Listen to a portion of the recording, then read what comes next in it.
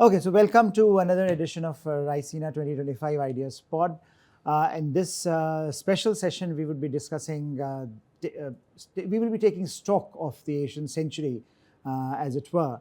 And to talk about all things Asia and the world, I have with me a very special guest, Kishore Mahbubani, at the moment a distinguished fellow with the Asian Research Institute, NUS Singapore. But he's much more than that. He has been a writer, an author, and perhaps one of our singular thinkers on Asia and how the Asian political order, geopolitical order has evolved over the last several decades. So, sir, welcome. I think let's start from the beginning, because you have talked a lot about Asian century, Asian values. You have been a big exponent of that, proponent of that.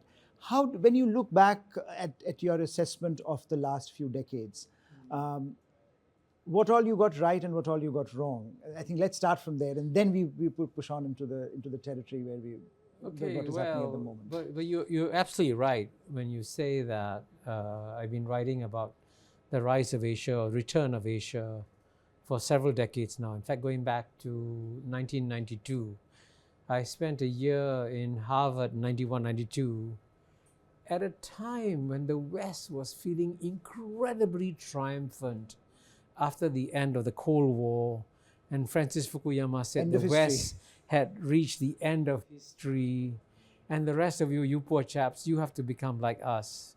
And I remember at a Harvard seminar with a very famous Harvard professor called Professor Stanley Hoffman, and I said this, in 91, 92, that actually the future will be Asian. His face went red. He almost became apoplectic. What do you mean? It's the West. So I think one thing, what is shocking is that the greatest Western minds have not realized two basic points. The first basic point is that for most of human history, especially over the last 2,000 years, China and India always had the largest economies for 1,800 out of the last 2,000 years. So the last 200 years have been a major historical aberration. And now you're seeing the natural return of Asia. And it's happening at a dramatic speed, And like one statistic I give, 100 years ago, Europe could run the world. As recently as 1980, the combined economy of the European Union was 10 times the size of China. 1980, Europe 10 times the size of China. Today, they're about the same size. By 2050, Europe will be half the size of China. Now, when Europe goes from being 10 times the size of China to becoming half the size of China in one lifetime, it shows you how much the power has shifted to Asia. You also asked me what I got wrong. I assume that since the West had traditionally been dominated by relatively rational thinking, and believes that at the end of the day you must work out the most rational long-term policies for getting the West to adjust to the new world. I thought they'd be rational, but instead they have been irrational. And certainly when you elect a man like Donald Trump, who's driving forward by looking at the rear view mirror to make America great again, he wants to bring America back to the past. He doesn't understand that now it's a different world. So from the end of history now to almost the return of history, if you will, in the sense of Europe in particular, there is this big debate about the return of geopolitics as if it ever went away.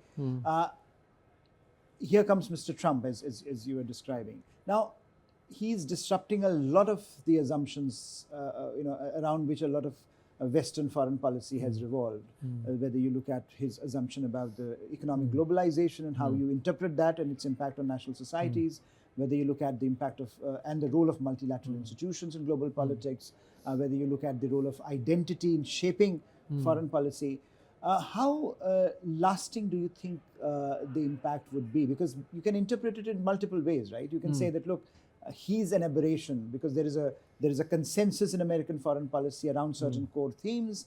Those assumptions would hold. He will be there for 4 more years, and maybe Trumpism in some form would remain. but the core sort of American identity of foreign policy would be retained. So you would go back to transatlantic solidarity, you would go back to Europe being the primary theater of operations, etc. So are you optimistic along those lines, or do you see a fundamental churn happening insofar as what Mr. Trump represents? I think what you described very well is what I call the consensus among many Western liberals, that essentially we've been running the world very well.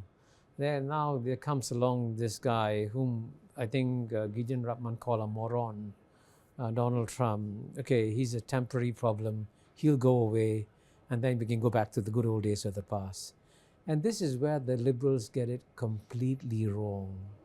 And the reason they get it completely wrong is that they don't try to understand, forget Trump, who are the people who voted for Trump? Why did the majority of the people vote for Trump? Not once, twice, right? And after a 4-year interval. Because the liberals have let down the peoples of their own society. And you know, the United States is a modern developed country. It's the only modern developed country where life expectancy has come down as an indicator of social problems. And the bottom 50% have not seen any improvement in their standard of living for over 30 years now. And it is this anger of the bottom 50% that the liberals have created an order which benefited them a great deal. They all became rich and wealthy and so on and so forth, partly through the universities and all that, and they ignored the masses. So Trump understood this anger, and Trump is riding this anger. And if the liberals want to go back to the good old days of the past, they first got to ask themselves very honestly, why did we fail our own people? Why did we not recognize that our people were in acute distress? You know, this Nobel laureate Angus Deaton has written a book called Deaths of Despair, which gives tremendous number of statistics of how people are dying from despair. So first, if you really want to address the problem of Trump, forget Trump the individual, focus on the bottom 50%. And by the way, one important fact to add here is that functionally the United States has also become a plutocracy, where most of the wealth is going to top 1%, 0.1%. And, you know, and if you have a plutocracy, you know, as I said in a recent Oxford Union debate, it's by definition the opposite of a democracy. So there are some fundamental challenges that the liberals have to deal with if they want to go back to the good old days. So coming back to our part of the world, Asia, Asia Pacific, Indo-Pacific, whatever the term people might want to use, but now the impact of what is happening in the West on this part. And you have written a lot about, as we started this conversation, about the Asian century. Now, the first 25 years of this century have seen dramatic shifts. You know, there have been enormous economic cooperation, economic interdependence, trade flourishing among countries, but also a degree of contestation that you have had, and particularly under Xi Jinping, a more aggressive Chinese foreign policy leading to pushback from various quarters in the region. Now, when you look at the next 75 years, if one can look at in this day and age of massive change and massive churn, what is your assessment that the idea of Asia, how potent that would remain, because you are looking at this region as a center of gravity of global economics first and global politics thereafter? Yeah, let me begin by mentioning a small fact that sort of illustrates the point that the world is psychologically preparing for the Asian century. You know, I came out with a book of open access, free book, with Springer Nature, a German publisher. And I asked the German publisher, this book it's called The Asian 21st Century, what's your target? How many downloads should we try to get with this open access book? They said if we get 20,000 downloads, it'll be a great success. Well, instead of 20,000 downloads, there have been close to 4 million downloads of this book in 160 countries. I mention this because it shows you that psychologically, people around the world are saying that it is going to be the Asian century. And the data shows very clearly how economic power is shifting rapidly. I mean, if you want to talk about I compared China to the EU. If you compare China to the US, in the year 2000, US was 8 times bigger than China. Today is 1.5 times bigger. When in the year 2000 began, UK was in the top 5, India was not in the top 10. Today, India is in the top 5 and UK is falling out of the top 10. It's an example of how the world is changing and churning as a result of the return of Asia. And I am actually very optimistic for Asia because most Asians realize that this is their hour. But to succeed, the most important thing you have to do is ensure you don't get caught in major wars.